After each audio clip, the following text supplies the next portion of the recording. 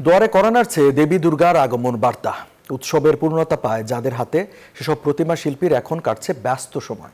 প্রতিমা গড়তে গিয়ে দম ফেলার ফুরসত নেই তাদের। পাহাড়ে চলমান পরিস্থিতি বিবেচনায় এবার নিরাপত্তা ব্যবস্থা আরও জোরদার করা হয়েছে বলে জানিয়েছে স্থানীয় প্রশাসন। রাঙামাটি ও খাগড়াছড়ি থেকে পাঠানো তথ্য ছবিতে ডেস্ক রিপোর্ট। শিল্পীর তুলির ছোঁয়ায় পূর্ণরূপ পাচ্ছে দৃষ্টিনন্দন সব প্রতিমা। দেবী দুর্গার আগমন বার্তায় প্রতিমা তৈরিতে পার্বত্য অঞ্চলে ব্যস্ত সময় কাটছে কারিগরদের। কারিগররা তাদের নিপুণ হাতের ছোঁয়া দিয়ে দিনরাত কাজ করেই চলছেন। তাদের হাতের শৈল্পিক ছোঁয়ায় যেন জীবন্ত হয়ে উঠছে প্রতিমা। গত বছরের তুলনায় এবছর প্রতিমার চাহিদা কম বলছেন কারিগররা।